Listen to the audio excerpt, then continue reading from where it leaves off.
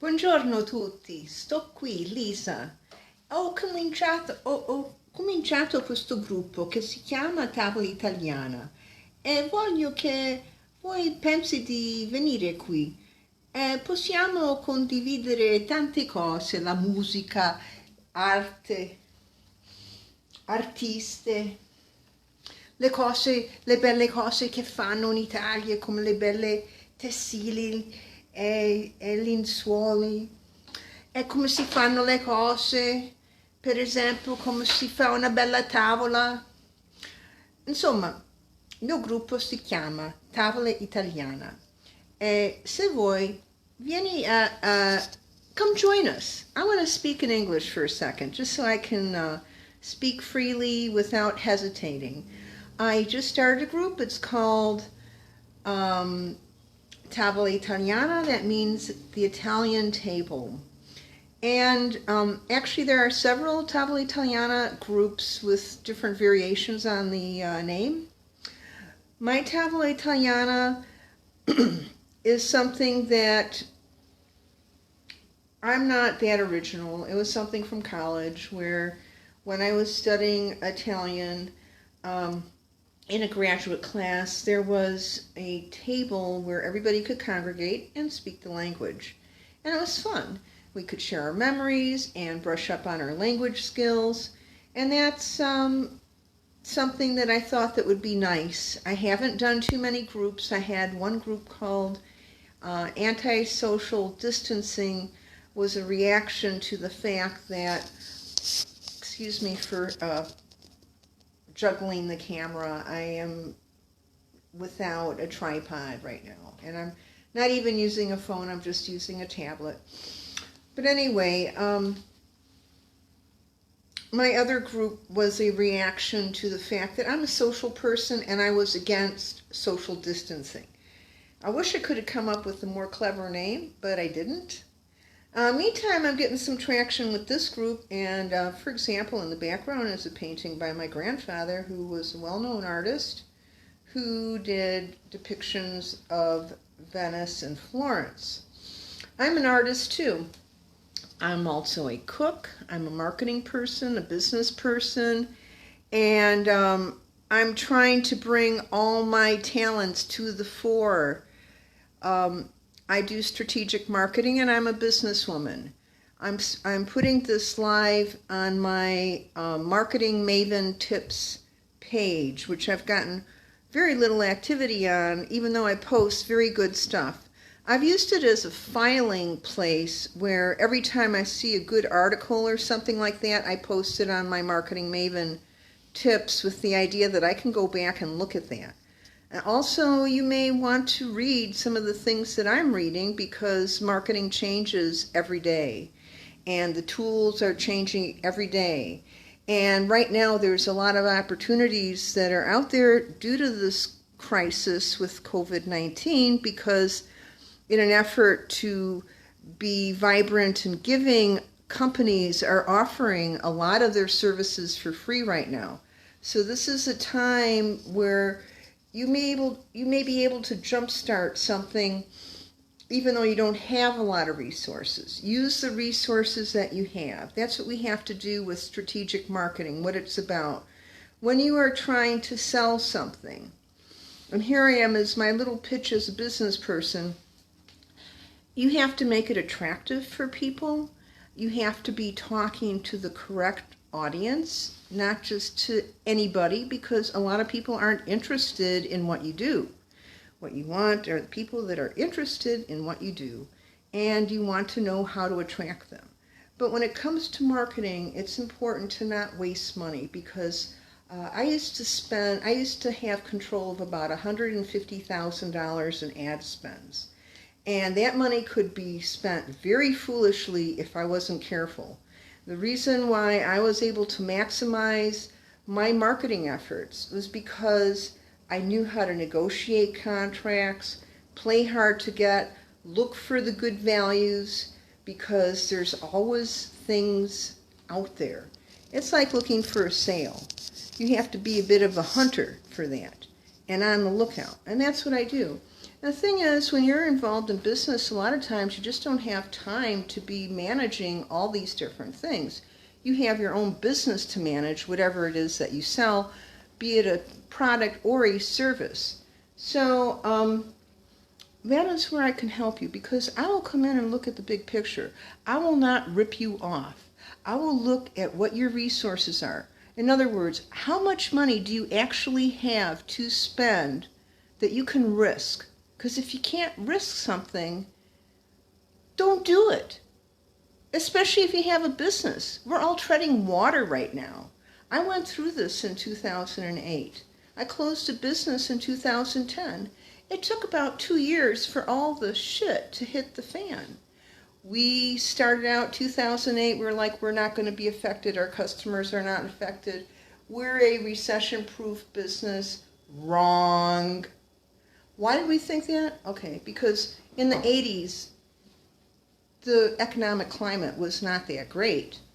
However, it was good for some people, and there was the go-go 80s and people spending and consumerism, and that actually was good for our business, which was very high-end linens. And, you know, the thing is that's funny about it, because I had such a love for what I did, because I was bringing something that had real value, something that was unique, something, as David Bear, famous marketers and branding icon, says, rises above the noise. What I had rose above the noise. Unfortunately, the linen industry in Italy and in Europe in general has been totally decimated. And in fact, the luxury markets in general are still struggling. But I'm a person that has background not only in the luxury sector, but I also have a background in a regular business. I grew up among business people, and in Italian culture. My parents had an Italian restaurant, and when I was a little girl, only 4 or 5 years old, I was like the mascot. I would come and serve you at the table. I have so many great stories of my life growing up in the restaurant. I remember in first grade, we had to do a project on what do I want to be when I grow up. And I still have this. It's in storage right now in a box. And my mom saved it, God bless her, for saving stuff like this. But it was my wish that when I grow up, that I wanted to be a bartender like my dad, because I loved my dad and I was a daddy's girl. And my mom and dad ran this restaurant in Highwood, which was called originally the Rainbow. And I just want to make sure that people don't confuse it, if you do go to Highwood, with another establishment that was there called Rainbows. That was a young guy that I knew. Young guy, in other words, around my age, so 60-ish, I would say, probably around now. And he had a bar called Rainbows. But my father's business preceded that, and it was called The Rainbow. And my father, after World War II, worked doing construction for a few years. As you know, he was a famous boxer and had come here to escape persecution. My dad went back to Italy and actually fought as an American soldier. After the war, he came and he settled in Highwood. He had already been there a couple years. And so he worked construction for about 5 years. And then an opportunity came where my parents were able to open up the Rainbow. And they started out making sandwiches. And at the time, the whole Fifth Army was disassembling, and everybody was going through, all these soldiers going through Fort Sheridan. So it was extremely active. Highwood was an extremely active little town. And if you know anything of the history, it was the first place north of Chicago that served alcohol. So it really became known as a party town. It was a small town of about 5,000 people. My kindergarten class, I would say about half or more of the students did not speak English. They were right off the boat. Then we had some Fort Sheridan kids. I grew up, I went to Oak Terrace grade school, and then Northbrook, and then I graduated at Highland Park High School. So people knew my family in the community. Of course, all the young kids were trying to drink at my dad's establishment, because that was the sort of thing you did in high school, was see if you could sneak into a bar and have a drink. I used to do it too, but not at my dad's bar. But I used to work the restaurant. I worked in the kitchen. I was a fast, short order cook, and I bartended, and I was a waitress. And my dad taught me a lot of the nuts and bolts about being a good business person and being smart about it too. What's interesting is that those were the days when deals, business deals, were done on a handshake. But that's not so common anymore. You have to really know whose hand you're shaking. And now we can't even shake hands. So, that's the irony here, and maybe how I have some perspective that I can offer to business people. You can call me, we can have a conversation. I can maybe give you a few suggestions on some simple things that you can do. I spend a lot of my time watching marketing, listening to podcasts, trying to gather the golden nuggets of information that are necessary in today's marketing. There's a lot of really great, cheap stuff out of there, but you have to know how to implement it, and you have to make a little bit of an investment, but the rewards are very good. In other words, high ROI, return on investment. That is what counts. Because if you don't have money to invest, don't invest it. So this is a time for austerity and a lot of thought about how we're going to do that.